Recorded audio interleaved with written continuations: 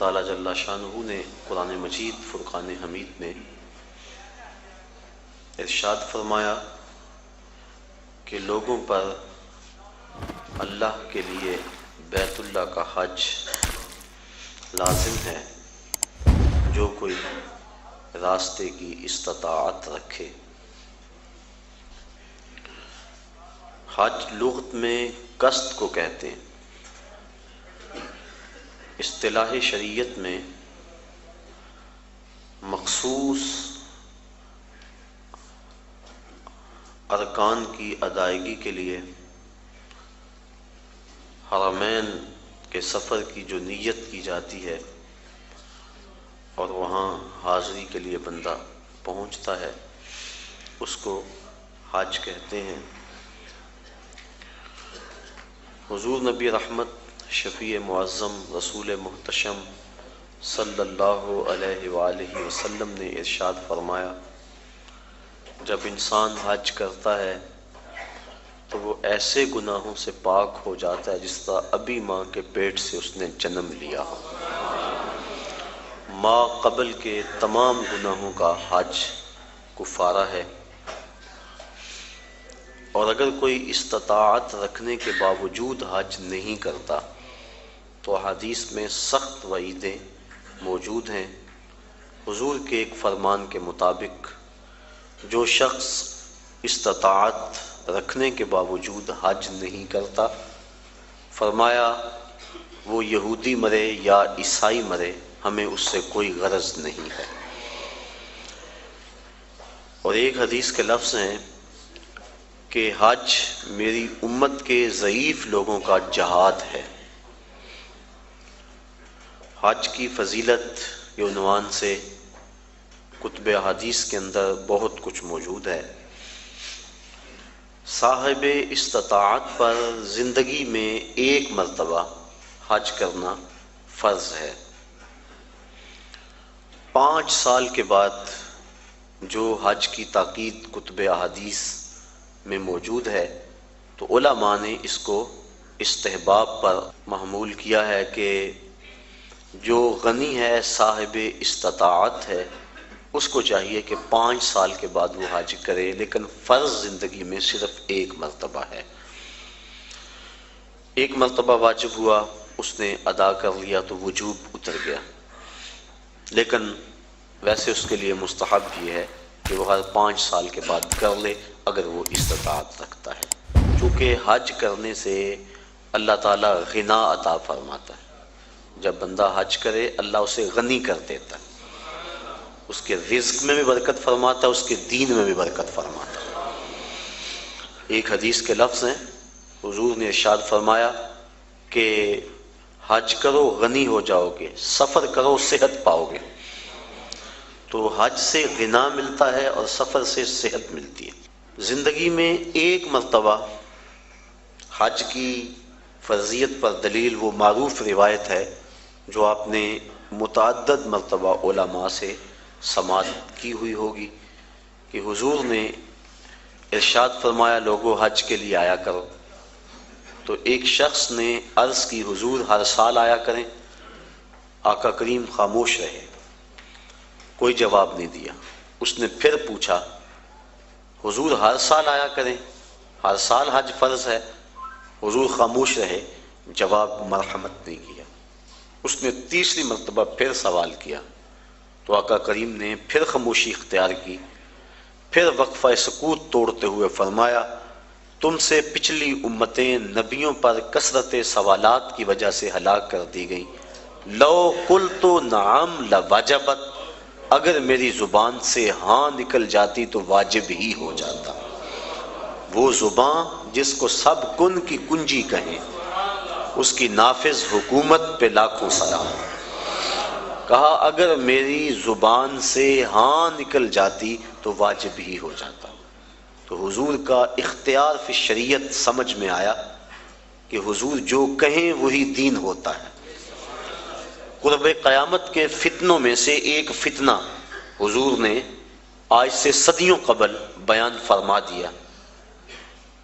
نسائی شریف کی روایت ہے، حضور نے ارشاد فرمایا قرب قیامت میں کچھ لوگ کہیں گے کہ حلال وہی ہے جو اللہ نے حلال کیا، حرام وہی ہے جو اللہ نے حرام کیا۔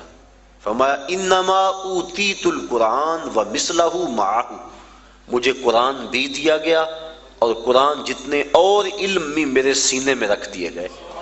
تو جس کو میں حلال قرار دے دوں وہ ایسی ہے جس طرح اللہ نے حلال قرار دیا ہے، اور جس کو میں حرام قرار دے دوں وہ ایسے ہی ہے جس طرح اللہ نے حرام قرار دیا ہے۔ چونکہ مصطفیٰ اپنی مرضی سے نہیں بولتے، وما ینطق عن الہوی ان ہوا الا وحی یوحی، جو مالک کی مرضی ہوتی ہے وہی مصطفیٰ کی بولی ہوتی ہے۔ تو اس لیے جو حضور فرما دے وہی دین ہوتا ہے۔ تو اس نے عرض کی حضور کیا ہر سال حج فرض ہے؟ تو آقا کریم فرمایا تم سے پہلی امتیں نبیوں پر کثرت سوالات کی وجہ سے ہلاک کر دی گئیں۔ لو قلت نعم لواجبت، اگر میری زبان سے ہاں نکل جاتی تو واجب ہی ہو جاتا۔ تو زندگی میں ایک مرتبہ حج فرض ہے۔ حضور نے حج کی فضیلت کے بارے میں بہت کچھ ارشاد فرمایا، اور ایک روایت کے لفظ ہیں کہ ایک حج ایسا ہے جس سے 3 آدمیوں کی مغفرت ہو جاتی ہے، اور وہ حج بدل ہے۔ کوئی اپنے والدین کی طرف سے، اپنے کسی عزیز کی طرف سے کسی کو حج کروائے تو ایک جس نے حج کیا اس کی بخشش ہو گئی، ایک جس نے حج کروایا اس کی بخشش ہو گئی، ایک جس کی طرف سے حج کیا گیا اس کی بخشش ہو گئی۔ تو یہ حج ایسا ہے، ایک حج سے 3 آدمیوں کی مغفرت فرما دی جاتی ہے۔ حج کا مقصد کیا ہے؟ حج کیوں کیا جاتا ہے؟ اس پر کچھ باتیں میں آج کی اس نشست میں آپ کے گوش گزار کرنا چاہوں گا۔ حج کا بنیادی مقصد اور ہر نیک عمل کا بنیادی مقصد رضائے الہی کا حصول ہے۔ انسان جو بھی نیک عمل کرتا ہے، ہر نیک عمل کا مقصد اللہ کی رضا کو حاصل کرنا ہے۔ قرآن مجید میں ارشاد فرمایا گیا کہ تمہاری قربانی کا گوشت اور خون اللہ کو نہیں پہنچتا، بلکہ تمہارے دل کا وہ تقوی اللہ کو پہنچتا ہے جس کے لیے تم نے قربانی کی ہے۔ گوشت خود کھا لیتے ہو، خون گلیوں میں بہہ جاتا ہے، کھالیں مدارس میں چلی جاتی ہیں، مختلف تنظیمات لے جاتی ہیں، تو اللہ کو کیا پہنچا؟ تو کہا تمہارے دل کا وہ تقوی ہے، جو خلوص اور للہیت ہے، اللہ کی رضا جوئی کا جو جذبہ ہے، وہ جذبہ اللہ کو پہنچتا ہے۔ تو ہر نیک عمل کی بنیاد اللہ کی رضا ہے، اور اگر اللہ کی رضا کے لیے کوئی عمل نہ کیا گیا تو وہ عمل نہیں ہے، نیک عمل نہیں ہے۔ اور صرف ریاکاری کو شرک اصغر کہا گیا ہے، ورنہ انسان جو نیکیاں کرتا ہے، اچھے کام کرتا ہے، کسی کو شرک نہیں کہا گیا، ریاکاری کو شرک اصغر کہا گیا ہے۔ جب اللہ کے علاوہ بندہ کسی اور کے لیے نیک عمل کرتا ہے تو وہ نیک عمل نہیں ہوتے، اس کو شرک اصغر کہا گیا۔ اور قیامت کے دن اللہ تعالیٰ جل شانہ ارشاد فرمائے گا کہ جن کے لیے تم نے یہ عمل کیے تھے ان سے اس کا اجر لے لو، میرے لیے تو تم نے کیے نہیں تھے، جن کے لیے کیے تھے ان سے ان کا اجر لو۔ تو اب کوئی وہاں اجر دینے کی صلاحیت بلا کیسے رکھتا ہوگا؟ تو جب بھی انسان نیک عمل کرے تو بنیادی فلسفہ یہ ہونا چاہیے کہ میں اللہ کی رضا کے لیے کر رہا ہوں۔ اور انما الاعمال بالنیات، یہاں بھی یہی مراد ہے کہ اعمال کا دار و مدار حسن نیت پر ہے، خلوص پر ہے۔ تو حج کا بھی باقی اعمال کی طرح پہلا بنیادی مقصد اللہ کی رضا کو حاصل کرنا ہے۔ حج کا دوسرا مقصد، حج مسلمانوں کا عالمی اجتماع ہے۔ اسلام نے ایک نظام دیا، محلے کی سطح پہ مسلمانوں کا اجتماع نماز با جماعت ہے، علاقے کی سطح پہ مسلمانوں کا اجتماع جمعۃ المبارک ہے، شہر کی سطح پر مسلمانوں کا اجتماع عیدین ہے، اور عالمی اجتماع حج ہے۔ یہ ترتیب ہے اسلامی نظم کی اور اسلامی اجتماعیت کی۔ حج مسلمانوں کا عالمی اجتماع ہے، اور عرفات کی حاضری حج کے بنیادی اراکین میں سے ایک رکن ہے کہ چاہے چند لمحوں کے لیے عرفات میں آپ جائیں تو پھر حج ہوگا، اگر عرفات کی حاضری نہ ہو سکی تو حج ادا نہیں ہوگا۔ تو عرفات کے اندر یوم حج کو خطبہ دیا جاتا ہے جس کا سننا مسنون ہے۔ تو خطبہ حج کے اندر مسلمانوں کے عالمی اجتماع کو امام حج، امیر حج کا منصب ہے کہ جو مسائل درپیش ہیں ان مسائل کی روشنی کے اندر ان کی رہنمائی کرے۔ حضور نبی رحمت صلی اللہ علیہ وآلہ وسلم کا خطبہ حج ہمارے سامنے ہے۔